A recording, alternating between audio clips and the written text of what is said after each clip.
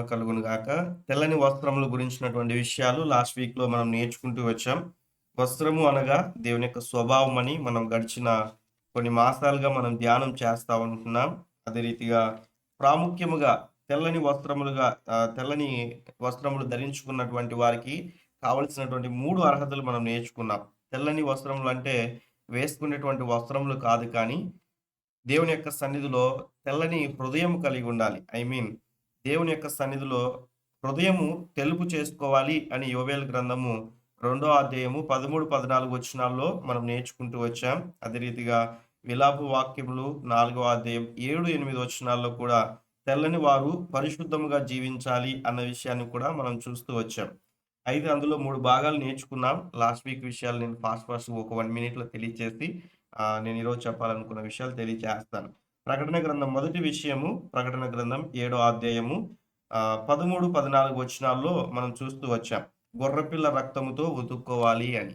ఎవరు పరిశుద్ధపరచబడతారు? At the same time ఎవరి హృదయము తెల్లగా మార్చబడుతుంది అన్న విషయాన్ని చూస్తే మొదటి విషయం మనం చూస్తూ వచ్చాం. యేసు రక్తము ద్వారా ఉతుకబడిన వారు అనగా యేసు రక్తం ద్వారా కడగబడిన వారు పరిశుద్ధంగా ఉంటారన్న విషయాన్ని, హృదయం తెల్లగా మార్చుకుంటారన్న విషయాన్ని మనం చూస్తూ వచ్చాం. కొన్ని రెఫరెన్సెస్ కూడా మనం చూస్తూ వచ్చాం.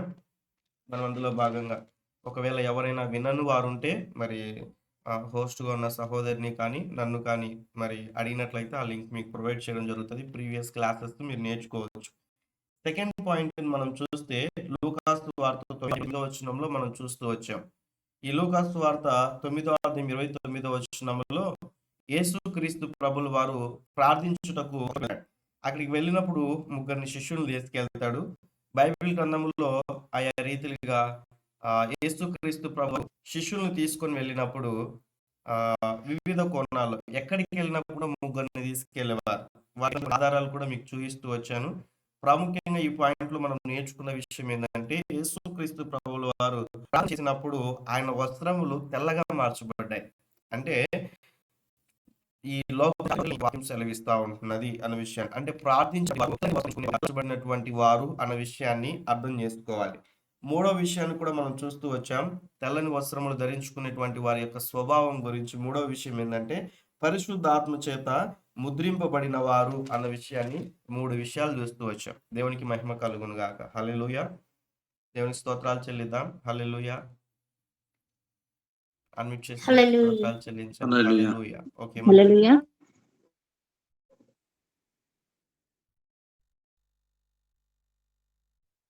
మరి ఈ దినాన నేను చెప్పాలనుకున్న విషయం ఏంటంటే తెల్లని వస్త్రములు ధరించుకోవాలి ఎందుకు అన్న విషయాన్ని మనం నేర్చుకుంటూ వచ్చాం. ఈ దినాన మనం ఏంటంటే తెల్లని వస్త్రములు ధరించుకున్నటువంటి వారికి కలిగే 3 ఆశీర్వాదాలు. ఎవరైనా ఒకరు అన్మ్యూట్ చేసి చెప్పండి, ఏమిటి మన అంశము? తెల్లని వస్త్రములు ధరించుకున్నటువంటి వారికి కలిగే 3 ఆశీర్వాదాలు. ఎవరైనా చెప్తారా? చేసి టైటిల్ ఏంటి ఈరోజు మనం నేర్చుకోబోయే విషయాలు? తెల్లని వస్త్రములు ధరించుకున్న వారికి వచ్చే 3 ఆశీర్వాదాలు. దేవునికి స్తోత్రం. అందరూ కూడా రాసుకుంటున్నారని నేను విశ్వసిస్తా ఉన్నాను. కొంచెం స్లోగా చెప్తాను, అందరూ కూడా శ్రద్ధగా విని ఆలకించాలని తెలియచేస్తా ఉన్నాను. మొదటి పాయింట్ ఏంటంటే ప్రకటన గ్రంథము 19వ అధ్యాయం 14వ వచనం. పరిశుద్ధ లేఖన భాగంలో నుంచి ప్రకటన గ్రంథము 19వ అధ్యాయము 14వ వచనం.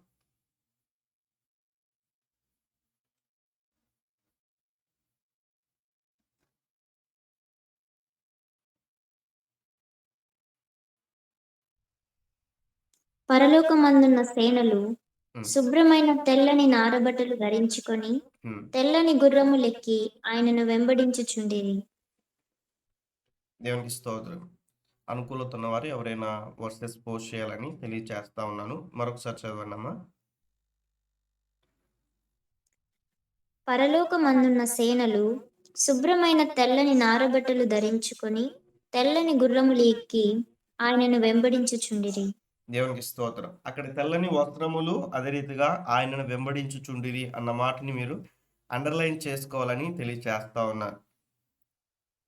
నిసి టీమ్ మెంబర్స్ అందరికి కూడా వందనాలు తెలియచేస్తా ఉన్నాను జాయిన్ అయినందుకు. Thank you very much. మరి ఇక్కడ లేఖన భాగంలో మనం చూస్తే ప్రకటన గ్రంథం 19వ అధ్యాయము 14వ వచనములో పరలోకమందున్న సేనలు అన్న విషయాన్ని మనం చూస్తాం. శుభ్రమైన తెల్లని నారబట్టలు ధరించుకొని తెల్లని గుర్రములెక్కి ఆయనను వెంబడించుచుండిరి అన్న విషయాన్ని మనం చూస్తా ఉంటాం. ప్రకటన గ్రంథంలో కొన్ని రకాలైన గుర్రాలు ఉన్నాయి, కొన్ని రకాలైనటువంటి వస్త్రములు ఉన్నాయి, కొన్ని రకాలైనటువంటి గుర్రం మీద ప్రయాణం చేసేటువంటి వ్యక్తులు కూడా అక్కడ ఉన్నారు. అన్నీ కూడా తెల్లని వస్త్రం అంటే పరిశుద్ధాత్మకు సూచనగా మనం అనుకోవడానికి వీల్లేదు. నేను సెకండ్ కమింగ్ రాకడ గురించి చెప్పినప్పుడు 7 ముద్రల గురించి, నేను 7 బూరల గురించి మాట్లాడినప్పుడు అనేక విషయాలు బోధించాను. అయితే ఇక్కడ ఉన్నటువంటి విషయాలు మనం చూస్తూ మనం ముందుకెళ్ళినట్లయితే లేఖన భాగాలను బట్టి తెల్లని వస్త్రములు ధరించుకున్నటువంటి వారు అన్న విషయాన్ని మనం చూసాం. 3 విషయాలు మనము మొన్నటి దినాన అనగా లాస్ట్ క్లాస్‌లో మనం నేర్చుకున్నాం. ఏంటంటే రక్షింపబడిన వారు మొట్టమొదటిగా. రెండవదిగా ఏంటంటే ప్రార్థించేటువంటి వారు. మూడవదిగా ఏందంటే పరిశుద్ధాత్మ ద్వారా ముద్రింపబడిన వారు. ఈ 3 విషయాల్ని మనం చూస్తూ వచ్చాం. ఈ 3 అనుభవాలు కలిగి, ఈ 3 స్వభావాలు కలిగినటువంటి వారుకి కలిగే ఆశీర్వాదాలు ఏందంటే మొట్టమొదటిగా యేసును వెంబడించువారు అన్న విషయాన్ని మనం చూడాలి. అందరూ చెప్తారా? అందరూ అన్మ్యూట్ చేసి ఎవరు వీరంటే యేసును వెంబడించువారు చెప్పండి. యేసును వెంబడించువారు. యేసును వెంబడించువారు. మాట్లాడతారా? యేసును వెంబడించువారు. యేసును వెంబడించువారు ఎవరు అంటే యేసుక్రీస్తు రక్తం ద్వారా కడగబడిన వారు, యేసుక్రీస్తు ప్రభుల వారి యొక్క రక్తం ద్వారా కడగబడిన వారు, అట్ ది సేమ్ టైం ప్రార్థించేటువంటి అనుభవం కలిగిన వారు. ఎలాంటి ప్రార్థన గురించి కూడా మనం నేర్చుకున్నాం. వాళ్ళ కోసం లిస్ట్ పెట్టడం కాదు ప్రార్థన అంటే, ప్రార్థన ఏ రీతిగా చేయాలో కూడా లాస్ట్ క్లాస్లో మనం నేర్చుకున్నాం. అదే రీతిగా పరిశుద్ధాత్మ ద్వారా ముద్రింపబడడం. మన వంశానికి ఒక పేరు ఉంటుంది. నా ఇంటి పేరు ఈ అన్నట్లు. ఈ అంటే ఇల్లూరి నా ఇంటి పేరు. వంశానికి అదొక ముద్ర, నా ఇంటి పేరు అనేటువంటిది. లేకుంటే నా ప్రాంతానికి ఒక డిస్టిక్ ఒక ముద్ర. అర్థం చేసుకోండి. గవర్నమెంట్ వాళ్ళు ఒక సీల్ వేసి ఏదైనా కూడా ఒకటి సీజ్ చేశారనుకోండి. నా మాటలు వినిపిస్తున్నాయండి? బ్రదర్ వాయిస్ కట్ అవుతుంది బ్రదర్.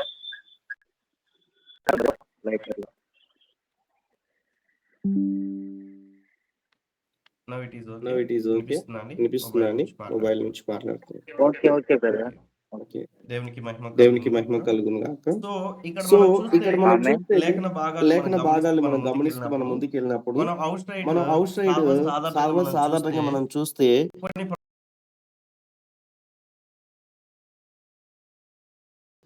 కొన్ని ప్రదేశాలు మనం గమనిస్తాం.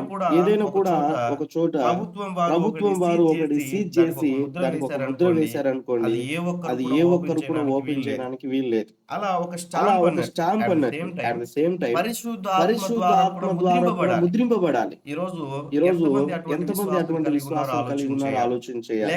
లేఖన భాగాలు సెలవిస్తా ఉంటున్నాయి. ఆయన రక్తం ద్వారా కడగబడి ప్రభు సన్నిధిలో ప్రార్థనా జీవితాన్ని కొనసాగించుకుంటూ పరిశుద్ధాత్మ పైన ఆధారపడి జీవిస్తున్న ప్రతి ఒక్కరిపైన ఆయన పరిశుద్ధాత్మ ముద్రను వేసి ఉంటున్నారన్న విషయాన్ని లేఖన భాగంలో మనం గమనిస్తూ వచ్చాం. అయితే ఇక్కడ మనం గమనిస్తే లేఖన భాగాన్ని బట్టి మొట్టమొదటిగా కలిగే ఆశీర్వాదం ఏమిటి అంటే ఆయనను వెంబడించు వారుగా ఉంటారు అన్న విషయాన్ని జ్ఞాపకం ఉంచుకోవాలి.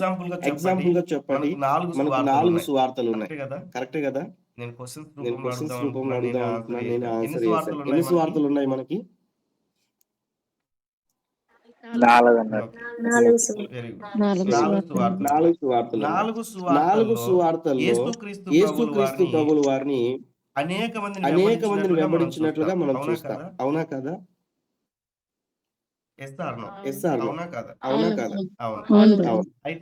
అయితే మీకు ఒక ప్రశ్న నేను అడగాలనుకుంటున్నాను. అయితే యేసుక్రీస్తు ప్రభుల వారిని అనేక మంది వెంబడించారు కదా? ఎందుకు వెంబడించారు? కొన్ని ఎగ్జాంపుల్స్ చూడండి. కొంతమంది కొన్ని విషయాల గురించి వెంబడించారు. ఆయన చేసే అద్భుతాలను చూసి. Very good. సహోదరి చక్కగా తెలుగు చేశారు. అంటే ఆహారం కూడా పెడతారు అని కొంతమంది వెంబడించారు. Very good. 2 ఆన్సర్స్ వచ్చాయి నాకు, నేను చెప్పాలనుకున్న విషయాల్లోంచి. Very good. ఇంకా అండి? స్వస్థతల కోసం. ఓకే. స్వస్థతల కొరకు. గుడ్. మిగతా వారు. సో ఎగ్జాంపుల్ గా అర్థం చేసుకోవడానికి నేను ఒక 2-3 వర్సెస్ మీకు చదివిస్తాను. ఒకసారి ఆలోచన చేయండి. యోహాను సువార్త 6వ అధ్యాయం 9వ వచనం చదవండి. యోహాను యోహాను సువార్త 6వ అధ్యాయం 9వ వచనాన్ని మనం గమనిస్తే ఇక్కడ కొన్ని విషయాలు మనం నేర్చుకుంటూ మనం ముందుకెళ్దాం. ఇక్కడ ఉన్న యొక్క చిన్నవాని యొద్ద 5 యవల రొట్టెలు 2 చిన్న చేపలు ఉన్నవి గాని ఇంతమందికి ఇవి ఏమాత్రమని ఆయనతో అనగా, సో ఈ సందర్భాన్ని ఓకే అమ్మా, ఓకే అమ్మా, థ్యాంక్ యూ. సో ఈ సందర్భాన్ని మనం గమనిస్తూ కొన్ని విషయాలు మనం చూస్తూ మనం ముందుకెళ్ళినట్లయితే ఇక్కడ ఒక మాట మాట్లాడుతూ నెక్స్ట్ ఉన్న వర్సెస్ ని మీకు తెలియజేస్తాను. అదే అధ్యాయంలో వ్రాయబడినటువంటి మాటలో నుంచి 7వ వచనం చూడండి. అందుకు ఫిలిప్పు వారిలో ప్రతి వాడును కొంచెము పుచ్చుకొనుటకైనను 200 దేనారముల రొట్టెలు చాలవని ఆయనతో చెప్పెను. ఇక్కడ ఒక ఎస్టిమేషన్ వేస్తున్నట్లుగా కూడా మనం అక్కడ చూస్తాం. యేసుక్రీస్తు ప్రభులు వారు ఇంకా కొన్ని విషయాలు మాట్లాడతారు. 26వ వచనంలో మనం గమనిస్తే మనకి ఇంకా క్లారిటీగా అర్థమవుతుంది. 26వ వచనంలో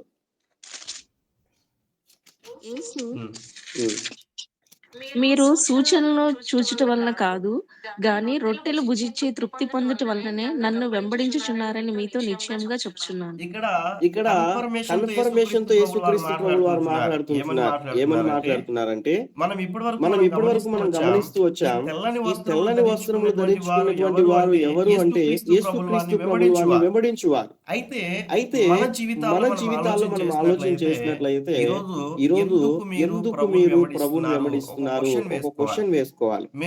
మెనీ పీపుల్ మన మందిరంలో కూడా అనేక మంది రకరకాలటువంటి పరిస్థితుల్లో వచ్చారు. దయ్యముల చేత పీడింపబడుతున్నారు. వారందరూ కూడా ఈ రోజు సంఘములో స్థిరముగా ఉన్నట్లయితే వేల మంది లక్షల మంది అయి ఉండేవారు. వారు స్వస్థత పొందుకున్న తర్వాత ప్రభువుని విడిచిపెట్టారు. అవసరత కొరకు ప్రభు కొరకు వెంబడించే వారు భూమి మీద అనేక మంది ఉంటున్నారు. ఈ రోజు నేను మీకు ఒక క్వశ్చన్ వేస్తా ఉన్నాను. Why you following Jesus Christ? మీరు ఎందుకు ప్రభువుని వెంబడిస్తా ఉన్నారు? Do you have answer about that question? మీకు ఆ ప్రశ్నకు సమాధానం ఉంటున్నదా అన్న విషయాన్ని ఆలోచించేయాలి. మీకు ఆ క్వశ్చన్ కి ఒక సమాధానం అనేటువంటిది ఉన్నట్లయితే దేవునికి స్తోత్రం. బైబిల్ గ్రంథంలో మనం చూస్తే కొంతమంది అంట స్వయంగా యేసుక్రీస్తు ప్రభువు వారు మాట్లాడుతున్నటువంటి మాటను మనం గమనిస్తే ఇక్కడ లేఖన భాగాల్లో మనం చూస్తున్నాం. 26వ వచనంలో యేసుక్రీస్తు ప్రభువు వారు అంటున్నారు, మీరు ఇంకో కొంతమంది అయితే సూచక్రియలు చూచుటకు రాలేదంట.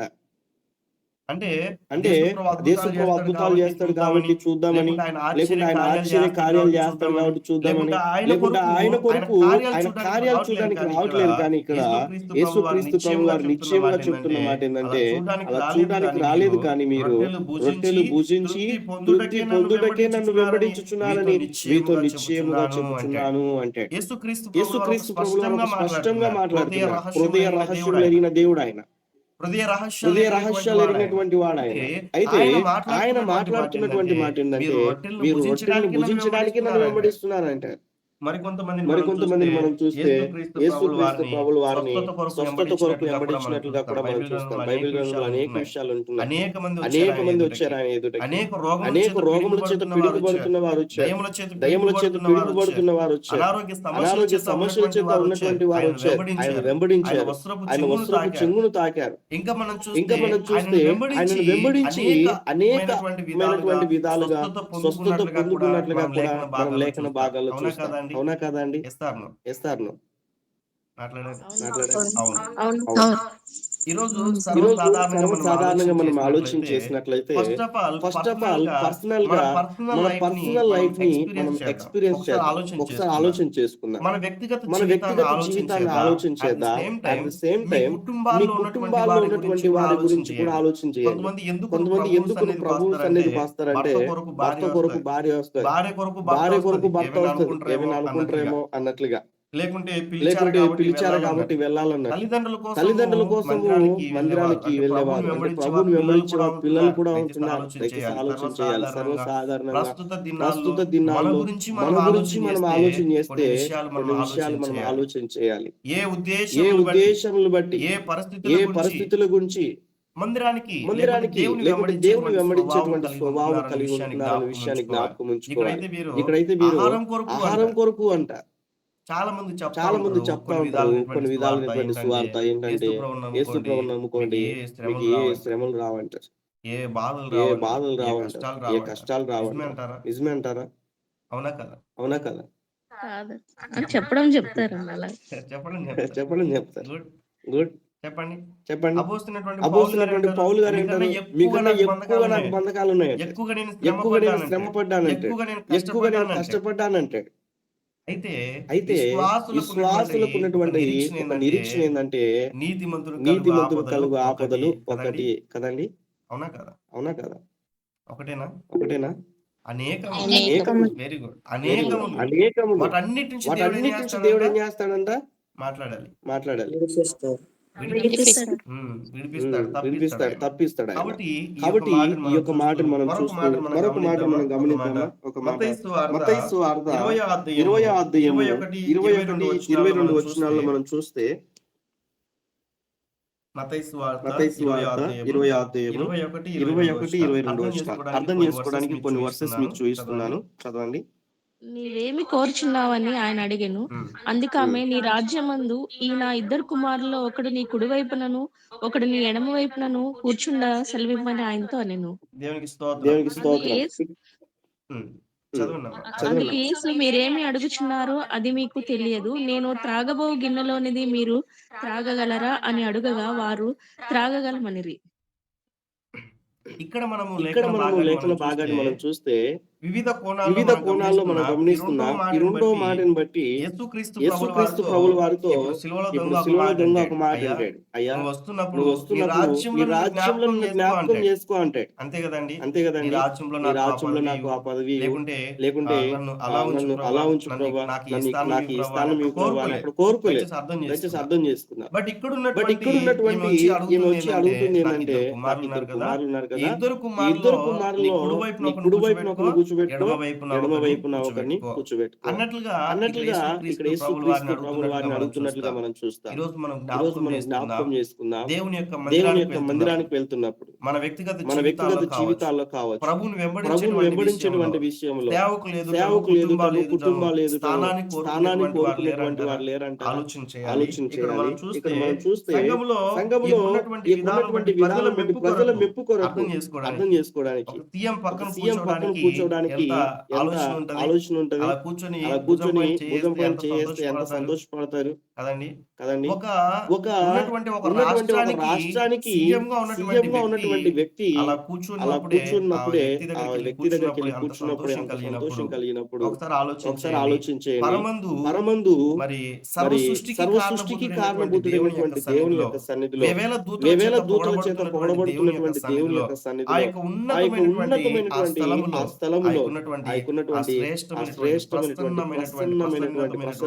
శ్రేష్టమైనటువంటి ఆయన సన్నిధిలో మనం ఆయన ఎదుట ఆయన దగ్గర మనం కూర్చుంటే ఎంత ఆశీర్వాదం, ఎంత సంతోషం ఆలోచన చేయాలి. అయితే యేసుక్రీస్తు వారు తెలియజేశారు ఏంటంటే ఎవరైతే జయిస్తారో వారు నా సింహాసనం ముందు కూర్చోబెడతానంటాడు. ఆయన సింహాసనం ముందు మనందరినీ కూడా కూర్చోబెడతాడు. అంటే ఆయనతో సమానంగా కూర్చోబెట్టడానికి లేఖన భాగాలు కూడా గమనిస్తే ఈ అడుగుతున్నటువంటి ఉద్దేశం వేరు. ఒకనేం చేయాలంట? కుడివైపు కూర్చోబెట్టాలంట, ఒకనేమో ఎడమవైపు కూర్చోబెట్టాలంట. ఆలోచన చేయాలి. రోజు మందిరాలు మరి మనం ఆలోచన చేసినట్లయితే స్థానాలు కోరుకునేవారు పాటకు పిలవలేదని, వాక్యానికి పిలవలేదని, నన్ను పేరు పెట్టి పిలవలేదని, ఇచ్చినటువంటి వాటి గురించి నా పేరు చెప్పలేదని, ఈ విధంగా వివిధ కోణాల్లో మరి ఆలోచన చేసుకున్నటువంటి వారు కూడా ఉంటున్నారు అన్న విషయాన్ని జ్ఞాపకం చేసుకోవాలి. మరొక వచనాన్ని చూస్తూ మీకు ఒక మాట తెలియజేస్తాను. లూకా సువార్త 5వ అధ్యాయం 11వ వచనం చూడండి. చాలా విషయాలు ఉన్నాయి కానీ బట్ మీకు అర్థం చేసుకోవడానికి కొన్ని విషయాలు మీకు తెలియజేస్తా ఉన్నాను. లూకా సువార్త 5వ అధ్యాయం 11వ వచనం త్వరగా వారి దోణెలను దరికి చేర్చి సమస్తమును విడిచిపెట్టి ఆయనను వెంబడించిరి. దేవునికి స్తోత్రం. దేవునికి ఇక్కడ మనం స్తోత్రం. ఈ ఇక్కడ మాటలు మనం మనం ఈ మాటలు మనం గమనిస్తే గమనిస్తే ఇక్కడ ఇక్కడ యేసుక్రీస్తు ప్రభుల వారు ఎప్పుడైతే వారిని చూచాడో, వారిని ఎప్పుడైతే పిలిచాడో, పిలిచిన వెంటనే వారు చేస్తున్నటువంటి కార్యాన్ని మనం గమనిస్తే ఈ లూకాసు వార్త 5వ అధ్యాయం 11వ వచనంలో రాయబడినటువంటి రీతిగా సహోదరుడు పోస్ట్ చేయండి. 5వ అధ్యాయం 11వ వచనం లూకాసు వార్త. ఎప్పుడైతే యేసుక్రీస్తు ప్రభుల వారు ఆ యొక్క మాటని చెప్పారో వెంటనే వారు చేస్తున్నటువంటి క్రియలు మనం చూస్తాం. ఏం చేస్తా ఉన్నారు వారు? మరొకసారి చదవండి ఆ మాటని. వారు వారు దోణెలను దోణులను దరికి చేర్చి సమస్తమును విడిచిపెట్టి ఆయనను వెంబడించిరి. సమస్తమును విడిచిపెట్టి ఆయనను వెంబడించిరి. దేవునికి స్తోత్రం. అందరు చెప్తారా? హల్లెలూయా. సమస్తమును విడిచిపెట్టి ఆయన వెంబడించిరి. Very good. మొదటి గుంపు ఎలాంటి వాళ్ళు చూసాం మనము? ఒక గుంపు ఎలా ఉన్నారు? వేట కోసం వచ్చారంట. ఆహారం కొరకు వచ్చేటువంటి సమూహాన్ని మనం చూసాం. రెండవదిగా మనం చూస్తూ వచ్చాం. దేనికి వచ్చారు వారు? స్థానాన్ని కోరుకునేటువంటి వారు కూడా ఉన్నారు. గుడ్. మరి ఎగ్జాంపుల్ గా స్వస్థత కొరకు వచ్చి ఆయన వెంబడించిన వారు కూడా ఉన్నారు. ఎగ్జాంపుల్ గా మనం చూస్తే మరొక విషయంలో ఇక్కడ మనం చూస్తే సమస్తమును విడిచిపెట్టి ఆయనను వెంబడించిరి అన్న విషయాన్ని కూడా మనం చూస్తా ఉన్నాం. ఈ రోజు మన ఉద్దేశాలను మనం ఆలోచించేద్దాం. ఎందుకు మీరు ఆయనను వెంబడిస్తా ఉన్నారు? ఈ విషయాన్ని ఆలోచించేయాలి. యేసుక్రీస్తు ప్రభుల వారిని మీరు ఎందుకు వెంబడిస్తా ఉన్నారు? ఈ ప్రశ్నకు మీ సమాధానం ఏమని తెలియజేస్తారు? సర్వసాధారణంగా మనం చూస్తాం. నేను కూడా ప్రారంభంలో స్వస్థత కొరకు నేను దేవుని యొక్క సన్నిధికి వెళ్ళాను. నాకు అనారోగ్యంగా ఉన్న విధానం బట్టి. అయితే స్వస్థత పొందుకున్నాక ప్రభువుని విడిచిపెట్టలేదు. ఇది ప్రాముఖ్యమైనటువంటి విషయం. ఆలోచన చేయాలి. దేవుని యొక్క సన్నిధికి వెళ్ళినప్పుడు దేవుడు కార్యములు చేస్తాడు. అయితే ఆ కార్యం చేసిన తర్వాత కృతజ్ఞత కలిగి ప్రభు కొరకు జీవించడం చాలా ప్రాముఖ్యమైనటువంటిది. ఎందుకు చెప్పండి? మీరు ఎందుకు ప్రభువుని వెంబడిస్తా ఉన్నారు? What is the reason? ఎందుకు ప్రభువుని వెంబడిస్తా ఉన్నారు? ఒక్కొక్కరికి ఒక సమాధానం చెప్పండి. అంటే ఒక్కొక్కరికి ఒకే సమాధానం ఉండొచ్చేమో. ఆయన రాజ్యంలో ఉండడానికి. ఓకే. ఈ ప్రశ్న నేను ప్రారంభంలో అడిగింటే బాగుండేమో అనిపిస్తుంది. ఓకే, మంచిది. ఎనీవే మీరు సమాధానం చెప్పండి.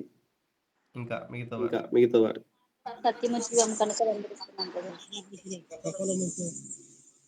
మరొకసారి వినిపించలేదు. ఆయనే మార్గము సత్యము జీవమునై నడుపుతారు. వేటికక్క మనం దేవుని వెంబడించడానికి కారణం బ్రదర్ ఆయనే మార్గం కనుక. ఓకే. For haven. ఓకే, మంచిది. ఫస్ట్ అయితే స్వస్థల కోసం, తర్వాత అయితే పరలోక రాజ్యం కావాలని. గుడ్. ఆయనే నిజమైన దేవుడు కాబట్టి ఆయన వల్లనే మనకి రక్షణ కలుగుతుంది కాబట్టి ఆయన వెంబడిస్తాం. Very good. అందరూ బహు జ్ఞానంగా మాట్లాడుతున్నారు. మంచిది. దేవునికి స్తోత్రం. ఎనీవే ఇక్కడ మనం ఆలోచన చేస్తే చూడండి, మనం అర్థం చేసుకున్నప్పుడు ఆయన సన్నిధికి కుష్ఠరోగులు కూడా వచ్చారు. ఎంతమంది వచ్చారు? 10 మంది. 10 మంది వచ్చారు. ఎంతమంది తిరిగి ఆయన ఎదుటికి వచ్చారు? ఒక్కరు. దేవుడు కోరుకునేటువంటి విషయం కూడా ఇదే. దేవునికి స్తోత్రం. ఇక్కడ మనం ఆలోచన చేస్తే సమస్తమును కూడా విడిచిపెట్టి ఆయనను వెంబడించినటువంటి వారుగా ఈ సమూహాన్ని మనం చూస్తా ఉన్నాం. కొన్ని సందర్భాలు వచ్చినప్పుడు ఆయన విడిచిపెట్టారు, కానీ ఆయన కార్యములు అవన్నీ కూడా ఆయనతో వెంబడించినటువంటి విధానం వీటన్నిటిని బట్టి మనం చూస్తే ఈ 12 మంది శిష్యుల్లో దాదాపుగా 11 మంది ఒక్క వ్యక్తి మిస్ అయ్యాడు కదా, యూదా. మిగతా వాళ్ళందరూ కూడా ప్రభు కొరకు హతసాక్షులుగా జీవించినట్లుగా లేఖన భాగాల్లో మనం చూస్తాం. సమస్తమును విడిచిపెట్టి ఆయనను వెంబడించిరి అన్న విషయాన్ని మనం చూస్తా ఉన్నాం. వారు విడిచిపెట్టిన దోణెలైనప్పటికీ కూడా వారి బ్రతుకు తీరువును వారు వదిలిపెట్టినట్లుగా మనం చూస్తాం. మనం ఆలోచన చేయాలి. దీని యొక్క ఆత్మీయ అర్థాన్ని మనం అర్థం చేసుకుంటే ప్రస్తుత దినాల్లో మనము అన్నిటికన్నా ప్రాముఖ్యంగా ప్రభువుకు స్థానం ఇచ్చేటువంటి వారంగా ఉండాలి.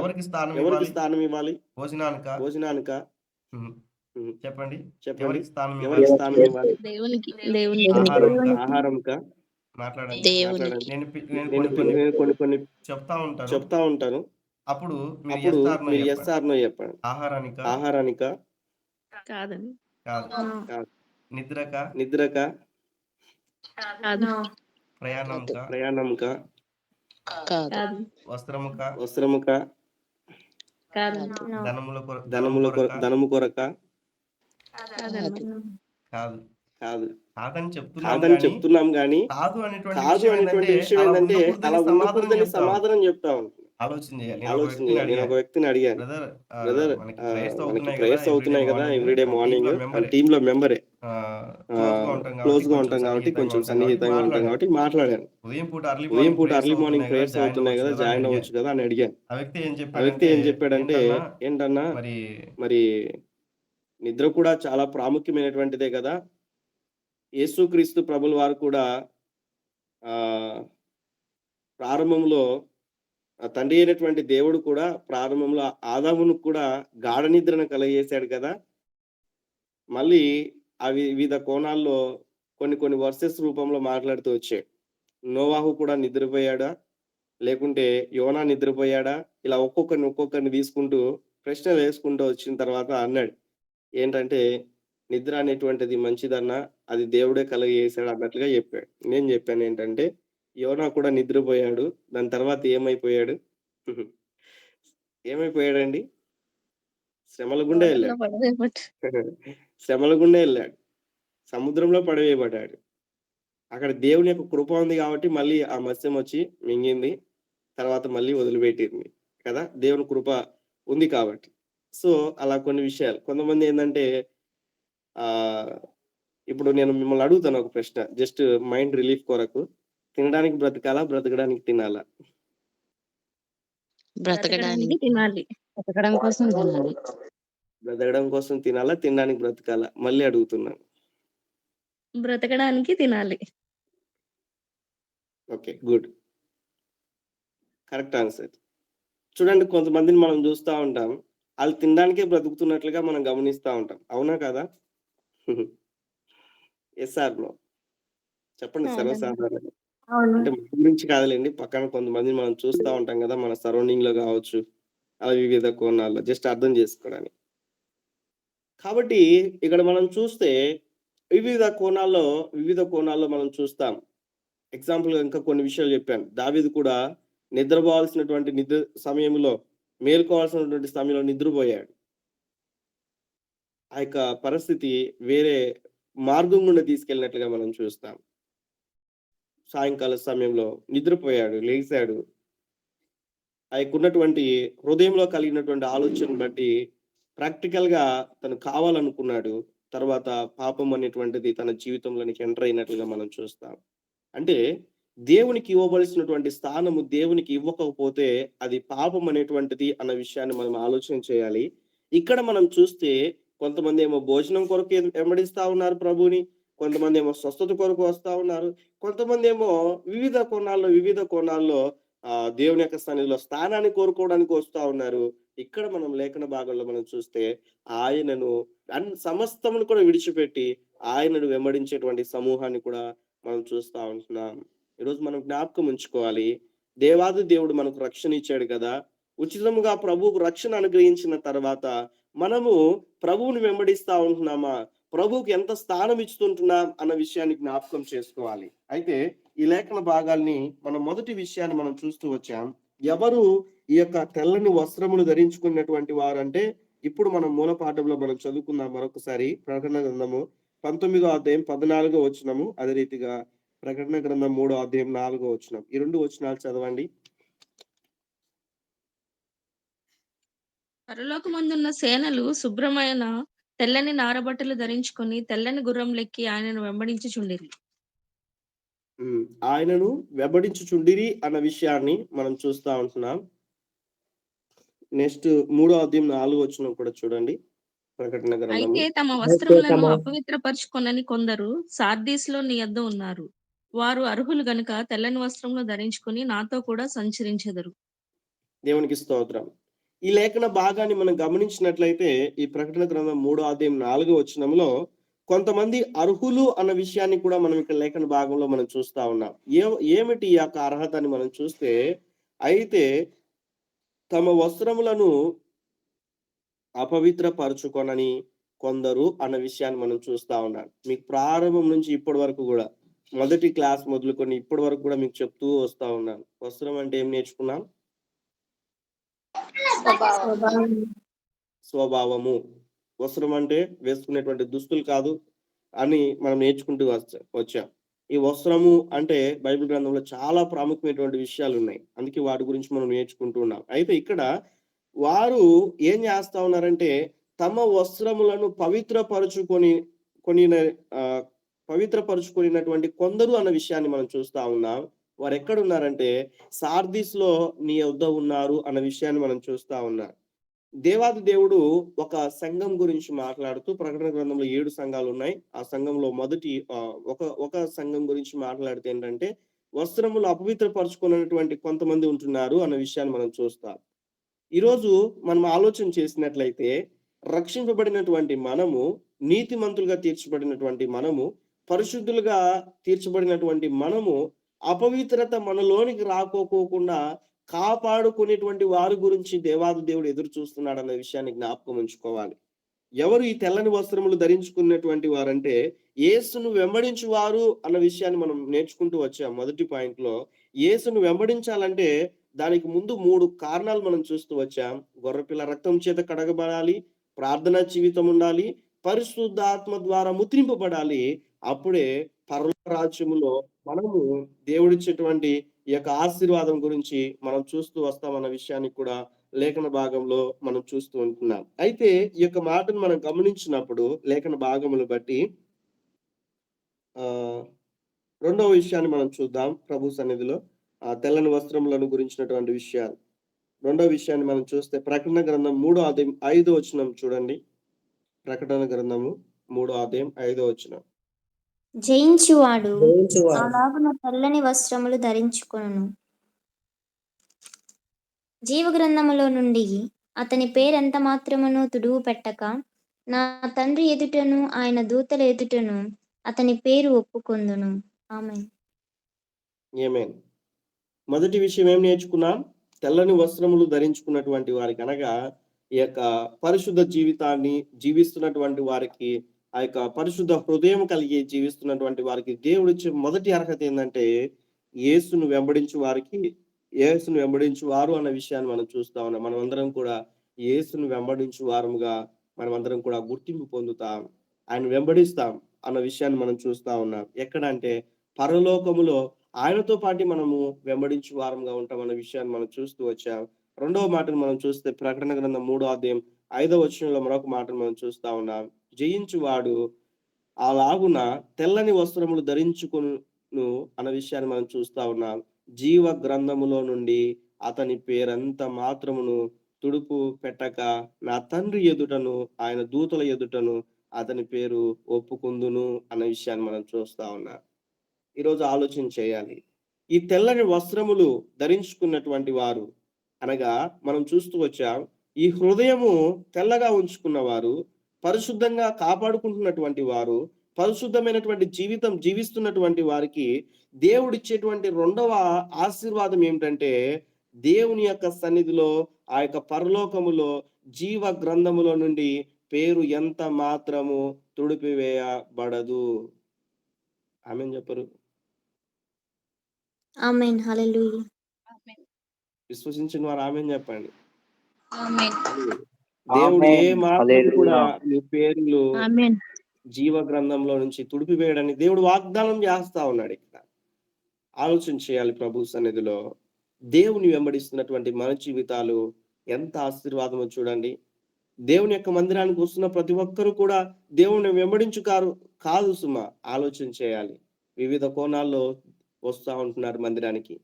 స్టార్టింగ్ లో మీకు చెప్పాను, భర్త కోసం కొంతమంది మనం చూస్తే, కొన్ని నామకార్థ సంఘాల్లో మనం చూస్తే ఇలాంటి విషయాలు చెప్పకూడదు, కానీ కొన్ని విషయాల్లో ఉన్నటువంటి విధానం బట్టి వివాహం కాని యవనస్తులు కూడా ఆలోచన చేస్తే నేను గమనించినటువంటి విషయాలు నామకార్థమైన సంఘాల్లో బయట అనేక మనం గమనిస్తాం. ఉన్నటువంటి యవనస్తులు ఎలా అంటే ఉన్నటువంటి యవనస్తురాలు కొరకు యవనస్తుడు, యవనస్తుడు కొరకు యవనస్తురాలు అక్కడ మందిరంలో ఆలోచన చేయాలి. వారు వెంబడిస్తున్నటువంటి విధానం కూడా ఆలోచన చేయాలి. మరికొంతమంది వివిధ కోణాల్లో మనం చూస్తూ వచ్చాం. దేవుని వెంబడించేటువంటి స్వభావం అనేటువంటిది, హృదయం అనేటువంటిది ఎలా ఉంటున్నది అన్న విషయాన్ని ఆలోచన చేయాలి. ఇక్కడ మనం చూస్తే ఆయన వెంబడించేటువంటి స్వభావము కలిగి, మంచి హృదయం కలిగి మన ప్రభు కొరకు జీవించినప్పుడు ఆయన ఇచ్చేటువంటి ఆశీర్వాదం ఆయనను వెంబడిస్తాం. ఇక్కడ మాత్రమే కాదు కానీ పరమందు ఆయనతో పాటు మనం సంచరించే వారముగా ఉంటామన్న విషయాన్ని ఆలోచన చేయాలి. ఎంత ఆశీర్వాదం ఆలోచన చేయాలి. ఎవరు ఈ తెల్లని వస్త్రములు ధరించుకున్నటువంటి వారంటే మళ్ళీ మీకు గుర్తు చేస్తా ఉన్నాను. యేసుక్రీస్తు ప్రభువు వారి యొక్క రక్తము ద్వారా కడగబడిన వారు, ప్రార్థన జీవితం కలిగిన వారు, పరిశుద్ధ ఆత్మ చేత ముద్రింపబడిన వారు, వారు ప్రభువును వెంబడించు వారు అన్న విషయాన్ని మనం చూస్తా ఉన్నాం. ఆ 3 క్రియలు చేసినప్పుడు మొట్టమొదటి ఆశీర్వాదం ఆయనతో వెంబడిస్తాం. రెండవ ఆశీర్వాదం ఏంటంటే జీవ గ్రంథములో నుండి పేరెంత మాత్రము కూడా తుడిపివేయబడదు అన్న విషయాన్ని మనం చూస్తా ఉంటున్నాం. దేవుని చిత్తం అయితే రెండవ రాకడ గురించినటువంటి విషయాలు నేర్చుకున్నప్పుడు వివిధ కోణాల్లో మనం చూస్తూ మనం ముందుకెళ్దాం. జీవ గ్రంథం అని, జ్ఞాపకార్థ గ్రంథం అని, గొర్రెపిల్ల జీవ గ్రంథం అని వివిధ కోణాల్లో ప్రకటన గ్రంథంలో రాయబడి ఉంటాయి. కాబట్టి ఇక్కడ మనం చూస్తే దేవుడు ఎంత మాత్రము కూడా మనల్ని విడిచిపెట్టేవాడు కాదు ఆయన. అందుకే మనం జ్ఞాపకం చేసుకున్నట్లయితే ప్రభు కొరకు నమ్మకంగా జీవించేటువంటి వారంగా ఉండాలి. ప్రభు కొరకు నమ్మకంగా జీవించేటువంటి వారు, నిర్దోష మార్గమందు నడిచేటువంటి వారి గురించి దేవుడు ఆకాశం నుండి వెతుకుతా ఉన్నాడని కీర్తనల గ్రంథంలో కూడా మనం చూస్తాం. నిర్దోష మార్గమందు నడుచువారే ఆయనకు పరిచారకులు అవుతారని కూడా లేఖన భాగాల్లో మనం చూస్తూ వస్తాం. చివరిగా 3వ మాట మనం నేర్చుకుందాం. మనకి ఇంకా ఒక 15 నిమిషాల సమయం ఉంది. ఒక 10 minutes లో నేను ముగిస్తాను. 3వ ఆశీర్వాదం ఏంటంటే ప్రకటన గ్రంథము 22వ అధ్యాయము 14వ వచనం. The book of Revelation chapter 22 and 11 verse 14 verse. జీవవృక్షమునకు హక్కుదారులు గలవారై గుమ్మముల గుండా ఆ పట్టణములోనికి ప్రవేశించినట్లు తమ వస్త్రములను ఉతుక్కొను వారు ధన్యులు. దేవునికి స్తోత్రం. ఇక్కడ మనం చూస్తే ఈ లేఖన భాగం బట్టి మనం అర్థం చేసుకోవాలి. చూడండి, కొన్ని చోట్ల ప్రవేశం ఉచితం అని రాయబడి ఉంటది కదండి. కొన్ని చోట్ల ఇక్కడ కొన్ని విధానాల్లో మనం చూస్తూ ఉంటాం. అవి ట్రీట్మెంట్ హాస్పిటల్ విషయంలో కావచ్చు, తర్వాత వివిధ కోణాల్లో కొన్ని సంస్థల్లో కూడా మనం చూస్తాం. వివిధ కోణాల్లో కూడా మనం చూస్తాం. ఇప్పుడు చూడండి, తెలంగాణలో మనం చూస్తే ప్రయాణం ఉచితం స్త్రీలకి అన్నట్లుగా ఒక జీవో ఫామ్ చేశారు తెలంగాణలో కదండి. అవునా కాదా? సార్ అవును. అవును. సో అర్థం చేసుకోవడానికి ఇక్కడ మనం చూస్తే వర్సెస్ పోస్ట్ చేయండి. I'm waiting for versus. Okay, అనుకూలత ఉన్నవారు ప్రకటన గ్రంథం 22వ అధ్యాయం 14వ వచనం. మరొక మాటను చూడండి. ఆ లోపల పేతురు రాసినటువంటి 2వ పత్రిక 1వ అధ్యాయం 11వ వచనం. మీరిట్టి క్రియలు చేయువారైతే ఎప్పుడునూ తొట్టిల్లరు. అలాగున మన ప్రభువును రక్షకునైన యేసుక్రీస్తు యొక్క నిత్య రాజ్యంలో ప్రవేశము మీకు సమృద్ధిగా అనుగ్రహింపబడును. దేవునికి స్తోత్రం. ఏం అర్థం చేసుకున్నారు ఈ మాటను బట్టి? ఎవరైనా మాట్లాడండి.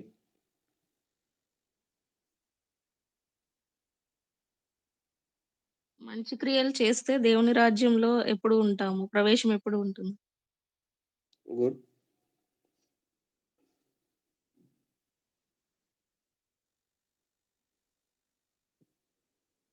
చదవండి.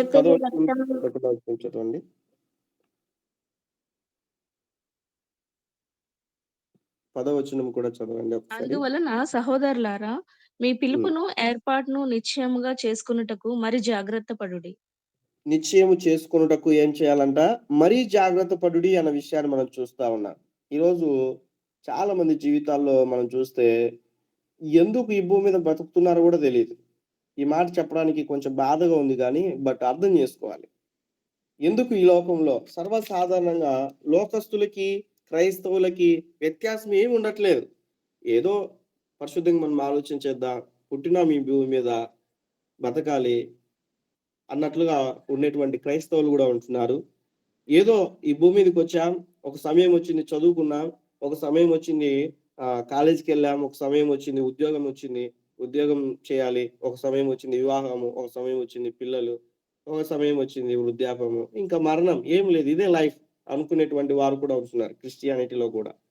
అయితే ఆలోచన చేయాలి సహోదరులారా, మీ పిలుపును ఏర్పాటును నిశ్చయము చేసుకుని ఇచ్చుకు మరీ జాగ్రత్త పడుడి అన్న విషయాన్ని మనం చూస్తా ఉన్నాం. What is your calling? Why, లేకుంటే ఎందుకు మీకు మీ పిలుపు ఏంటి అన్న విషయాన్ని జ్ఞాపకం చేసుకోవాలి. ఎందుకు దేవుడు మిమ్మల్ని పిలుచుకున్నాడు అన్న విషయాన్ని కూడా జ్ఞాపకం చేసుకోవాలి. We are all are chosen person అని దేవుని యొక్క వాక్యం స్పష్టంగా తెలియజేస్తా ఉంది ఎఫెసీ పత్రికలో. జగత్తు పునాది వేయబడక మునిపే దేవుడు మనల్ని ఏర్పరచుకున్నాడంట. కొంతమంది ఎందుకో ఈ జీవితము అన్నట్లుగా బాధపడేటువంటి వారు చాలా మంది ఉంటారు. ఆలోచన చేయాలి. జగత్తు పునాది వేయబడక మునిపే, తల్లి గర్భములో పిండముగా రూపింపబడక మునిపే దేవుడు మనల్ని చూశానంటాడు. ఒకసారి ఆలోచన చేయండి. దేవుడు మన పట్ల ఎటువంటి ప్రణాళిక కలిగి ఉన్నాడు? Do you know about that? మీకు తెలుసా ఆ యొక్క విషయాన్ని? ఎందుకు దేవుడు మీ పట్ల ప్రణాళిక కలిగి ఉన్నాడు? ఎందుకు ఈ లోకంలో జీవిస్తా ఉంటున్నావు అన్న విషయాన్ని ఆలోచన చేయాలి. నేను ఎప్పుడు కూడా ఎక్కడ గాస్పల్కి వెళ్ళినా, ఏ సువార్త మీటింగ్స్కి వెళ్ళినా, ఎక్కడ సువార్త ప్రకటించడానికి వెళ్ళినా, ఏ గ్రామంకి వెళ్ళినా ఒక మాట నేను అడుగుతాను. అన్యజనులు అయినప్పటికీ అక్కడ ఉన్నటువంటి వారందరికీ కూడా నేను అడిగే ప్రశ్న ఏంటంటే, ఆ మైక్ శబ్దం ద్వారా వింటున్నటువంటి వారందరికీ కూడా ఒక ప్రశ్న నేను అడుగుతాను.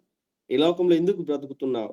లేకుంటే మొదటి పాయింట్గా నువ్వు ఎక్కడి నుంచి వచ్చావని ఒక స్పష్టత నీకు ఉంటున్నదా? ఈ భూమి మీద నువ్వు చేయాల్సినటువంటి పని ఏమిటి అన్న స్పష్టత నీకు ఉంటున్నదా? మరణిస్తే నువ్వు ఎక్కడికి వెళ్తావో నీకు అర్థమవుతుందా? ఈ 3 విషయాలు నేను అడుగుతాను. ఎక్కడి నుంచి వచ్చావు? ఈ భూమి మీద నువ్వేం చేయాలి? మరణించిన తర్వాత ఎక్కడికి వెళ్ళిపోతావు? ఈ 3 ప్రశ్నలకి సమాధానం ఉన్నట్లయితే ఇక్కడున్న మిమ్మల్ని అందరినీ కూడా నేను అడుగుతా ఉన్నాను. Where did you from? మీరు ఎక్కడి నుంచి వచ్చారు? మనం ఇక్కడ ఏం చేయాలి? తర్వాత మరణించిన తర్వాత ఎక్కడికి వెళ్తాం? ఆ స్పష్టత బ్రతికి ఉండగానే మనకు అర్థమవుతుంది. చాలా మంది అంటారు చనిపోయిన తర్వాత దేవుడు నిర్ణయిస్తాడని. నో, బ్రతికి ఉండగానే మనకు అర్థమవుతుంది. ఈ యొక్క విషయాన్ని మనం అర్థం చేసుకోవాలి. ఆ స్పష్టత మనకు ఉండాలి. ఈరోజు మన హృదయం మీద మన చేయి వేసుకొని మనం చెప్పగలమా?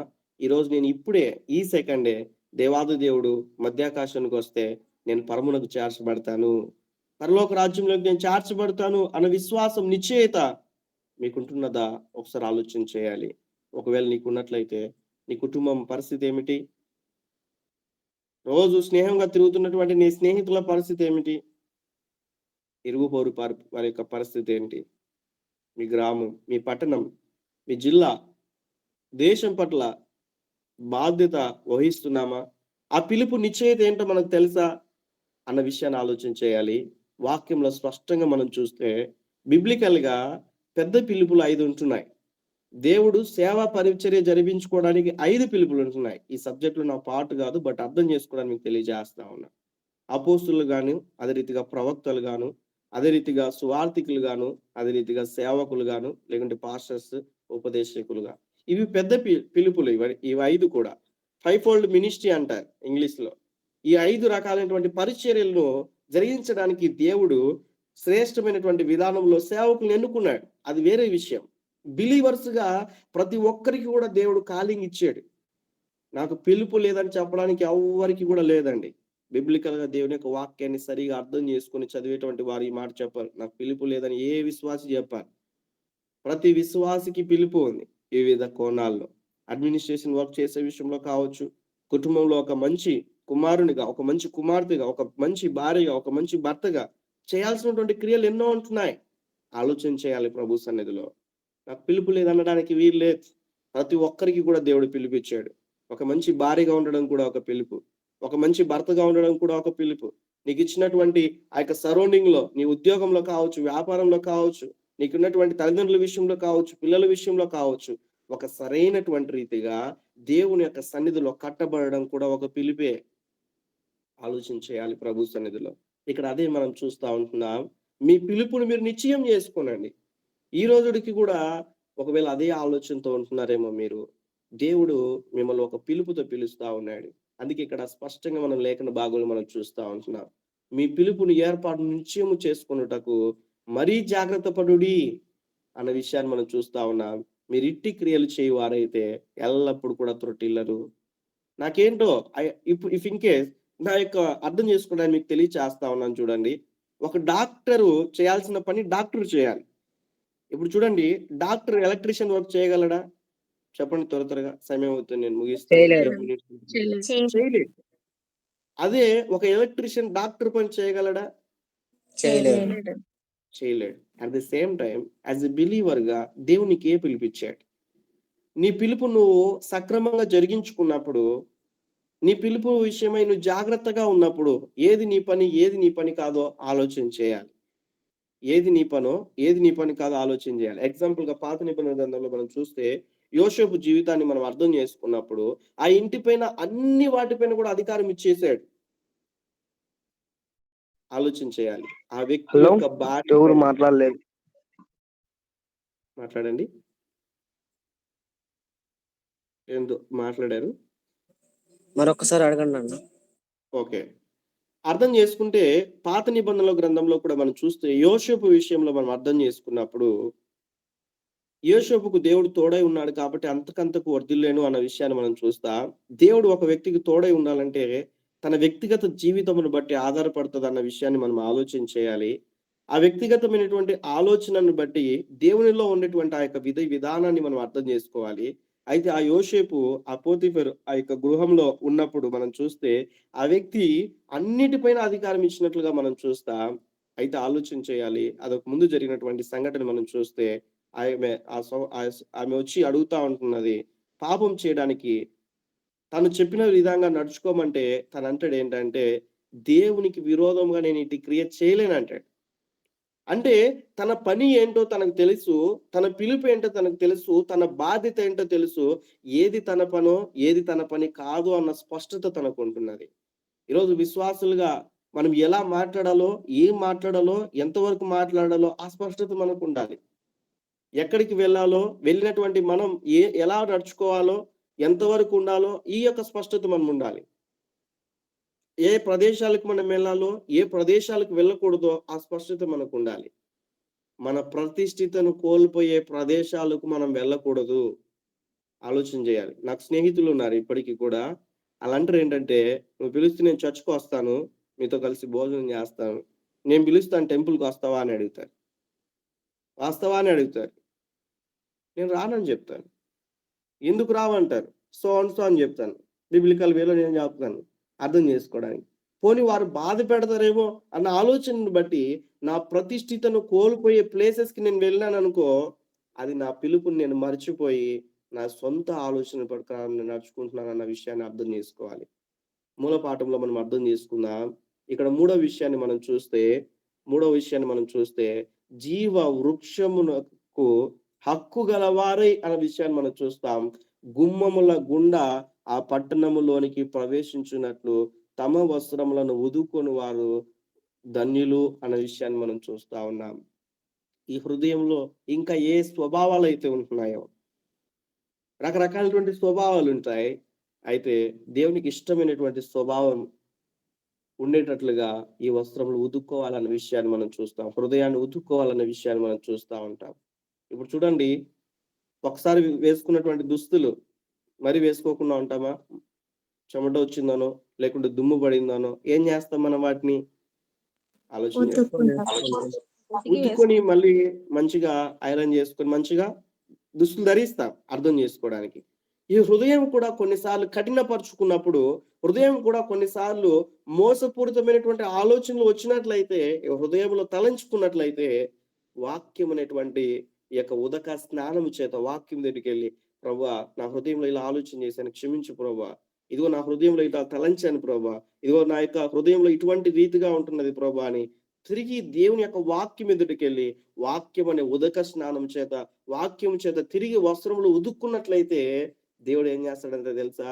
జీవ వృక్షమునకు హక్కు గలవారై గుమ్మముల గుండా ఆ పట్టణంలోనికి ప్రవేశించున్నట్లు అన్న విషయాన్ని మనం చూస్తా ఉంటున్నాం. పరలోక రాజ్యములో ప్రవేశం ఉచితముగా దేవుడు మనకు అనుగ్రహించి ఆ జీవ వృక్షమునకు హక్కు గల వారమై దేవుడు చేస్తాడు. జీవ వృక్ష ఫలములు భుజించువారు మరొక వచ్చిన ఉంటది, నాతో కూడా పరలోకమందు జీవ వృక్ష ఫలములు భుజించని ఇస్తానంటాడు. అంటే నిరంతరము కూడా బ్రతికేటువంటి విధానం. ఈ భూమి మీద ఎంత ఎక్సర్సైజ్ చేసినా, ఎంత మంచిగా భోజనం చేసినా, ఎంత హైఫైగా బ్రతికినా కూడా ఒక దినం వస్తది, ఖచ్చితంగా మరణిస్తారు. అవునా కదా? Yes. అవును. అయితే ఈ లోకంలో జీవించేటువంటి జీవితం ఇంకా అంతా అయిపోలేదు, కానీ మనం ఇక్కడ ఉంటూ ఎక్కడ గురించి ఆలోచించాలంటే పరలోకం గురించి. నేను ఎప్పుడు మీకు ఒక క్వశ్చన్ వేస్తా ఉంటాను, రోజుకు ఒక్కసారైనా కూడా పరలోకం గురించి ఆలోచిస్తున్నావా? రోజుకు ఒక్కసారైనా కూడా పరలోకం గురించి ఆలోచిస్తున్నావా అన్న విషయాన్ని కూడా మనం చూస్తా ఉంటున్నాం. కాబట్టి ప్రియమైన దేవుని బిడ్డలారా, మొదటి విషయం ఏంటంటే, నేను ముగిస్తా ఉన్నాను, తెల్లని వస్త్రములు అనగా ఉన్నటువంటి పరిశుద్ధ జీవితానికి సూచనగాను, మరి అదే రీతిగా వస్త్రము అనగా స్వభావానికి సూచనగాను మనం చూస్తూ వచ్చాం. అయితే 3 రకాలైనటువంటి విధానాలు లాస్ట్ వీక్ లో మనం నేర్చుకున్నాం.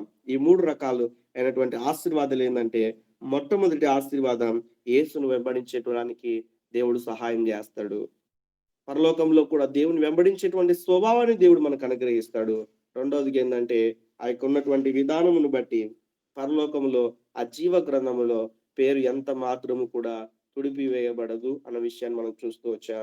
మూడవదిగా ఏంటంటే, గుమ్మముల గుండా ఆ పట్టణంలో ప్రవేశించి ఆయనతో కూడా నిరంతరము జీవించేటువంటి కృపను, ధన్యతను దేవుడు మనకు అనుగ్రహిస్తాడన్న విషయాన్ని కూడా మనం నేర్చుకుంటూ వచ్చాం. దేవుడి మాటలు దీవించును గాక. ఆమేన్. ఆమేన్. ఆమేన్. ఎవరికైనా ప్రశ్నలు ఉన్నా, ఏదైనా కూడా అర్థం కాకపోయినా కూడా మీరు అడగవచ్చు, మెసేజ్ అయినా కూడా చేయొచ్చు. కంటిన్యూ. ఆమేన్. ఆమేన్. అందరూ హల్లెలూయా చెప్తారా?